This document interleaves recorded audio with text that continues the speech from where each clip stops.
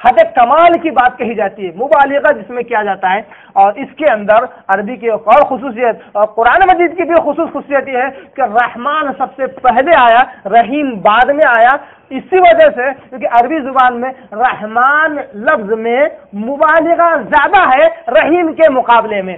یہی وجہ ہے کہ رحمان کی صفت اللہ تبارک و تعالیٰ کی دنیا کے لیے ہے، رحیم کی صفت آخرت کے لیے ہے. رحمان کی صفت اللہ تبارک تعالیٰ کی رحم کرنے کے اعتبار سے چاہے مومن ہو چاہے کافر ہو، ہر ایک پر اللہ تبارک تعالیٰ یکساں رحم کر رہا ہے، ہر ایک کو کھلا رہا ہے، پلا رہا ہے. چاہے اس کی فرما برداری کرے تب بھی کھلا رہا ہے، چاہے اس کی نافرمانی کرے تب بھی اس کو کھلا رہا ہے، اس پر رحم کر رہا ہے، اس کی مدد کر رہا ہے، اس کے پکارنے پر اس کی پکار کو سنتا ہے، چاہے وہ کافر بھی کیوں نہ اس کی مدد کرتا ہے. یہ رحمان ہونے کی صفت ہے اللہ تبارک و تعالیٰ کی. اس لیے قرآن مجید میں بہت سی جگہ پر رحمان کے ساتھ اللہ تبارک تعالیٰ کا نام آیا ہوا ہے. یہاں تک کہ مریم علیہ السلام کہتے ہیں کہ میں رحمان کی پناہ چاہتی ہوں کہ تم میرے قریب آئے.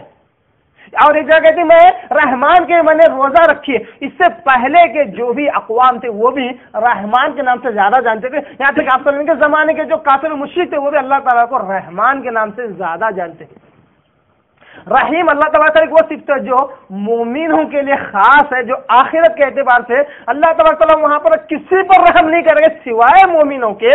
کیونکہ مومنی اس وقت فوزن عظیمہ کے منصب پر فائز ہوں گے. اللہ تبارک تعالیٰ اس وقت رحم صرف اسی مومنوں پر کرے گا. یہ رحیم ہونے کی صفت ہے. اب آئیے آیت نمبر 3 کی طرف چلتے، جس میں اللہ تبارک تعالیٰ کہتا ہے مالک یوم الدین، وہ اللہ جس کے لیے ساری تعریفیں، جو سارے عالموں کا رب ہے، جو رحمان بھی ہے رحیم بھی ہے، وہ ایسا ہے جو فیصلے کے دن کا مالک ہے. مالک ملکیت کو کہتے ہیں، اختیار کو کہتے ہیں. ملک یملک کے معنی عربی زبان میں اختیار کے، کنٹرول کے ہیں، پاور کے ہیں. اللہ تبارک تعالیٰ ہی ساری اختیارات کا مالک ہے. مختار کل ایک ذات ہے جو واحد اللہ تبارک تعالیٰ کی ہے. کوئی اور مختار کل نہیں ہے. جس کو بھی اختیارات ملے ہیں وہ سبب کی وجہ سے ہے، کسی نہ کسی وجہ سے ہے. اگر وہ وجہ نکال دی جائے تو سارے اختیارات ختم ہو جائے. اللہ تبارک تعالیٰ بغیر کسی سبب کے مالک ہے. اگر انسان کسی انسان پر ظلم کرنا چاہتا تو اس کی جسمانی قوت کا استعمال کر کے کرتا ہے. اگر وہ جسمانی قوت سلب کر لی جائے تو وہ ایک زندہ لاش ہو کر زمین پر گر جائے گا. اگر اس کی دیکھنے کی سماعت کو اللہ تبارک تعالیٰ چھین لے، دیکھنے کی بصارت کو چھین لے اور کانوں کی سماعت کو چھین لے تو وہ ایک زندہ لاش بن کر رہ جاتا ہے. کسی وجہ سے وہ مختار ہے، مختار کل نہیں ہے. مختار کل واحد صرف اللہ تبارک و تعالیٰ ہے، جس کے تعلق سے اللہ تبارک تعالیٰ نے سورہ انفطار کے اندر آیت نمبر 19 کے اندر اللہ نے کہا کہ سورہ مومن کی آیت نمبر 16 کے اندر اللہ نے کہا لمن الملک للہ الواحد القہار. اللہ کہتا ہے کہ آج حشر کے میدان میں ساری دنیا تہس نہس ہو گئی، کوئی بھی باقی نہیں ہے. لمن الملک، آج بادشاہت کس کی ہے؟ للہ الواحد القہار. اللہ کہتا ہے صرف اور صرف واحد قہار کی ملکیت ہے. آج ہے کوئی بادشاہ؟ بخاری کی حدیث میں آتا اللہ تعالیٰ اعلان کرے گا ہے کوئی شہنشاہ میرے سوائے؟ کسی شہنشاہ کی آواز نہیں آئے گی. تو تب اللہ تبارک تعالیٰ کہے گا کہ میں ہی ہوں آج شہنشاہ، مختار کل، بادشاہ جس کے ہاتھ میں سارے بادشاہ آج برباد ہو گئے. اسی طرح اللہ تبارک تعالیٰ سورہ انفطار کے آیت 19 میں اللہ کہتا ہے یوم لا تملک نفس لنفس شیئا والامر یومئذ للہ. حشر کا میدان وہ میدان ہوگا یوم لا تملک نفس لنفس شیئا. اس وقت کوئی شخص کسی شخص کے لیے، کوئی نفس کسی نفس کے لیے کسی قسم کا اختیار نہیں رکھے گا. واقعی اللہ تعالیٰ نے بڑی نکتے والی بات سورہ انفطار میں فرمائی کہ حشر کا میدان وہ میدان ہے ایک انسان دوسرے انسان کو فائدہ نہیں دے سکتا، ایک انسان دوسرے انسان کا مختار نہ ہوگا، اختیار نہیں رکھے گا. دنیا میں جو کچھ ہے وہ وقتی ہے، دنیا میں جو کچھ ہے کسی سبب اور لمٹ کے ساتھ میں ہے. لوگوں نے دنیا کے معاملات پہ سے آخرت کے معاملات کو حل کرنے کی کوشش کی. کہا کہ ایک سال میں ایک بار کر لو آخرت میں کامیابی. سال میں ایک بار کرنے کا اختیار اللہ نے تم کو دیا، آخرت میں ان کا اختیار نہیں رہے گا کہ تمہیں جہنم سے نکال کر جنت میں ڈال سکے، یا تمہارے اوپر جہنم کا فیصلہ ہو چکا ہو تو تمہیں جنت کی طرف لے جا سکے. اللہ تعالیٰ کہتا ہے یوم لا تملک نفس، کسی بھی نفس کو دوسرے نفس کے، کسی بھی شخص کو دوسرے شخص کے لیے کسی قسم کا اختیار نہیں رہے گا. یوم لا تملک نفس لنفس شیئا، اتنا سا بھی، شیئا کہتے اتنی سی بھی اختیار ان کو نہ رہے گی